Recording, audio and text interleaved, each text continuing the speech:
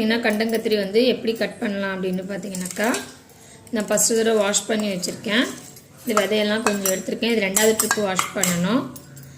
So பார்த்தீங்கன்னாக்கா இந்த மாதிரி 4ஆக வந்து கட் பண்ணிக்கோங்க. கட் பண்ணிவிட்டு விதையெல்லாம் வந்து எடுத்துருங்க. ஏன்னா விதை வந்து ரொம்ப கசக்கும் அப்படின்னு சொல்கிறாங்க.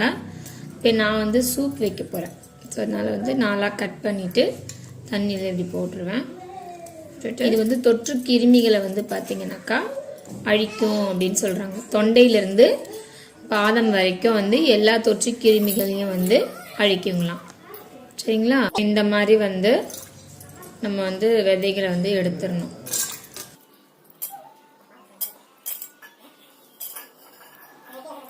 ஸோ இந்த விதைகளை வந்து நான் எடுத்து காய வச்சுருக்கேன். செடி போட்டு பார்க்கலான்ட்டு. ஏன்னா இது காய் வந்து பார்த்திங்கன்னா கிடைக்க மாட்டேங்குது. நான் வந்து 50 ரூபாய்க்கு வாங்கியிருந்தேன். ஸோ 2ஆக பிரித்து ஒன்று குழம்பு வச்சுருந்தேன். இன்னொன்று பார்த்தீங்கன்னாக்கா இப்போ சூப் வைக்க போகிறேன். சரி, செகண்ட் ட்ரிப் வந்து வாஷ் பண்ணிக்கலாம். தேவையான பொருட்கள் பார்த்தீங்கன்னாக்கா கண்டங்கத்திரி வந்து பாதி வந்து கண்டங்கத்திரி குழம்பு வச்சுருந்தேன். மீதி பாதி எடுத்து வச்சுருக்கேன். அதாவது வந்து ஒரு இவ்வளோ கண்டங்கத்திரி வந்து இருக்கும். அதுக்கப்புறம் பார்த்தீங்கன்னா 3 தக்காளி எடுத்திருக்கேன். ஏன் 3 தக்காளி எடுத்திருக்கேன்னா, நான் வந்து சேர்க்க போகிறது கிடையாது. இது வந்து நம்ம கஷாயம் மாதிரி செய்கிறதுக்கு பதிலாக சூப்பாக செய்ய போகிறோம். ஏன்னா கஷாயம் மாதிரி நம்ம செஞ்சு சாப்பிடும்போது பார்த்தீங்கன்னாக்கா நிறைய பேர் இப்போ வந்து கஷாயம் சாப்பிட்றதில்ல. அதனால சூப் மாதிரி செஞ்சு சாப்பிட்றதுனால நான் புளிக்கு பதிலாக தக்காளி வந்து எடுத்திருக்கேன். ஸோ தக்காளி வந்து புளிப்பு சுவை அதிகமாக இருக்கும்போது இந்த கசப்பு தன்மை வந்து இருக்காது. ஒரு வெங்காயம் வந்து எடுத்திருக்கேன். கருவேப்பிலை கொத்தமல்லி வந்து எடுத்திருக்கேன். மஞ்சள் தூள் பார்த்தீங்கன்னாக்கா 1/4 ஸ்பூன். சோம்பு பார்த்தீங்கன்னாக்கா ஒரு 1/2 ஸ்பூன். பூண்டு வந்து ஒரு 10லேருந்து 15 பல்லு எடுத்து சேர்த்துருக்கேன். ஸோ நீங்கள் உங்களுக்கு எவ்வளோ தேவையோ அதுக்கேற்ற மாதிரி சேர்த்துக்குங்க. இஞ்சி வந்து ஒரு 3 துண்டு இஞ்சி வந்து எடுத்திருக்கேன். 1/2 ஸ்பூன் பார்த்தீங்கன்னாக்கா சீரகம் எடுத்திருக்கேன். 1 ஸ்பூன் பார்த்தீங்கன்னாக்கா மிளகு எடுத்திருக்கேன். ஸோ ஒரு சட்டியில் வச்சுக்கலாம். எப்பவுமே சட்டியில் செய்கிறது கொஞ்சம் நல்லதாக இருக்கும். இந்த மாதிரி பயனுள்ள பொருட்களை சமைக்கும்போது சட்டியில் பயன்படுத்தலாம். காஞ்சிருச்சு. மிளகு பார்த்தீங்கன்னா ஒரு தட்டிட்டு சேர்த்துடலாம். சீரகம் சேர்த்துக்கலாம். சோம்பு சேர்த்துக்கலாம். வெங்காயம் சேர்த்துக்கலாம். இது ரொம்ப சூடு அப்படின்றதுனால நல்லெண்ணெயில் செய்யலாம். பூண்டு வந்து தட்டி வச்சிருக்கேன், அதை சேர்த்துக்கலாம். அடுத்து பார்த்தீங்கன்னாக்கா இஞ்சி சேர்த்துக்கலாம். கொஞ்சமாக பார்த்தீங்கன்னா உப்பு சேர்த்துக்கலாம். தக்காளி சேர்த்துக்கலாம். இந்த கண்டங்கத்திரி பார்த்தீங்கன்னாக்கா நோயினால் வரக்கூடிய பிரச்சனைகளை வந்து முற்றிலும் வந்து தீர்க்கும். இதனுடைய காய், பழம், பட்டை, வேர், இலை இதெல்லாமே பார்த்தீங்கன்னாக்கா மருத்துவ குணம் உடையதாக இருக்குது. இது பார்த்தீங்கன்னா எல்லா வித மண்ணிலையும் வந்து வளரக்கூடிய தன்மை கொண்டது.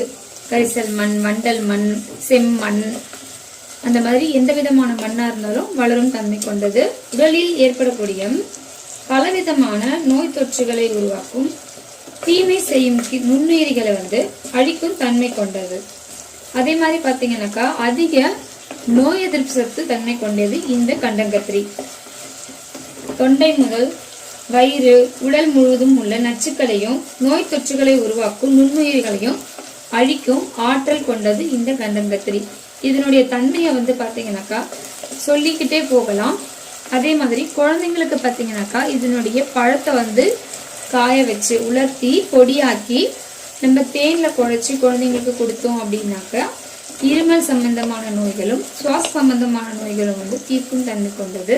சிறுநீர் கற்களை வந்து வெளியேற்றும் தன்மை கொண்டது. சிறுநீர் பெருக்கியாகவும் பயன்படுது. நெஞ்சில் இருக்கிற சளியை வந்து அகற்றி நுரையீரலை வந்து பலப்படுத்தும் தன்மை கொண்டது. கோழையை வந்து அகற்றும் தன்மை கொண்டதாகவும் இருக்கு. இது நீங்க பாத்தீங்கன்னா நான் ஃபர்ஸ்ட் வந்து குழம்பு வச்சிருந்தேன். இப்பதான் வந்து பாத்தீங்கன்னாக்கா நான் சூப் வைக்கிறேன். ஸோ நான் வந்து குழம்பு வச்சு சாப்பிட்டதுமே பார்த்தீங்கன்னா அனுபவத்தில் சொல்கிறேன். என்னுடைய இருமல் நாள்பட்ட வறட்டு இருமலை வந்து எனக்கும் என்னுடைய குழந்தைக்குமே பார்த்தீங்கன்னா அன்னைக்கு நைட்டே வந்து சரியாயிடுச்சு. இதை வந்து வறட்டு இருமல் இருக்கிறவங்க செஞ்சு பாருங்க, கண்டிப்பாக உங்களுக்கு அதுக்கான பலன் கிடைக்கும். சுவாசம் சம்பந்தமான நோய்களை வந்து பார்த்தீங்கன்னாக்கா முற்றிலும் வந்து அகற்ற தன்மை கொண்டது இந்த கண்டங்கத்திரி. ஸோ இப்போ இதை சேர்த்துக்கலாம். முழு சமூலம் அப்படின்னா இதனுடைய வேர், பட்டை, அப்புறம் வந்துட்டு இலை, காம்பு, பழம் இது எல்லாத்தையுமே நம்ம எடுத்து நிழல உணர்த்தி அதை பொடி பண்ணி வச்சுட்டு நம்ம வந்து தேனில் கலந்து நம்ம 3 வேளையும் வந்து ஜுரத்தில் இருக்கிறவங்களுக்கு கொடுத்தோம் அப்படின்னாக்கா பார்த்தீங்கன்னா ஜுரம் வந்து சீக்கிரத்தில் வந்து சரியாகும் அப்படின்னு சொல்கிறாங்க. இன்னும் தண்ணி சேர்த்துக்கலாம். பார்த்தீங்கன்னாக்கா இதனுடைய இலையை வந்து நம்ம உலர்த்தி காய வச்சு பொடியாக்கி இதை வந்து நம்ம நல்லெண்ணெயில் கலந்து உடல் முழுவதும் தேய்ச்சோம் அப்படின்னாக்கா தேகம் சம்பந்தமான நோய்கள் வந்து சரியாகும். தோல் சம்பந்தமான நோய்களை வந்து முற்றிலும் அகற்றும் தன்மை குறைவதா சொல்றாங்க. அதே மாதிரி இதனுடைய பலன்கள் பார்த்தீங்கன்னாக்கா ரொம்ப அதிகமாகவே இருக்கு. ஸோ அதனால இதனுடைய பெனிஃபிட்ஸ் பற்றி நான் நெக்ஸ்ட் வீடியோவில் கண்டிப்பாக நான் வந்து அப்லோட் பண்ணுறேன் ஃப்ரெண்ட்ஸ். இந்த கண்டங்கத்திரியை வந்து நம்ம உணவுல வந்து வாரத்தில் ஒரு தடவை 2 தடவையாவது சேர்த்துக்குங்க. இது வந்து ரொம்ப சூடு தன்மை இருக்கிறதுனால இதை செய்யும்போது நல்லெண்ணெய் வந்து நீங்கள் சேர்த்துக்கோங்க. மஞ்சள் சேர்த்துக்கலாம். காய் வேகணும் அப்படின்றதுக்காக நம்ம இன்னும் கூட கொஞ்சம் தண்ணி ஊற்றிக்கலாம். தேவையான அளவு உப்பு சேர்த்துக்கலாம். தட்டு போட்டு மூடி இதை கொதிக்க வச்சிருக்கலாம். ஒரு 10 மினிட்ஸ் கழிச்சு வந்து பார்க்கலாம். ஸோ 10 மினிட்ஸ் ஆயிடுச்சு வந்து பார்த்துருந்தேன்.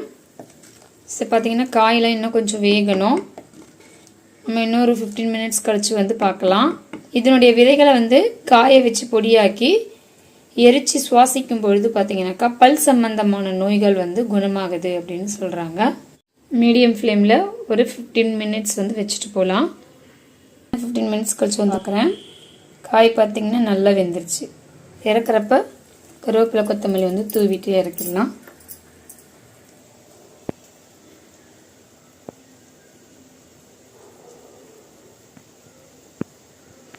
டேஸ்ட் ரொம்ப நல்லாயிருக்கு ஃப்ரெண்ட்ஸ். ட்ரை பண்ணி பாருங்கள். அவ்வளோதான் ஃப்ரெண்ட்ஸ், ரெடி ஆகிடுச்சு.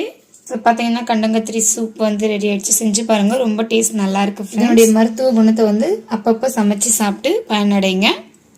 இந்த வீடியோ பிடிச்சிருந்ததுன்னா உங்கள் ஃபேமிலி அண்ட் ஃப்ரெண்ட்ஸ்க்கு ஷேர் பண்ணிக்கோங்க. நம்ம சேனலை சப்ஸ்கிரைப் பண்ணிக்கோங்க. தேங்க்யூ.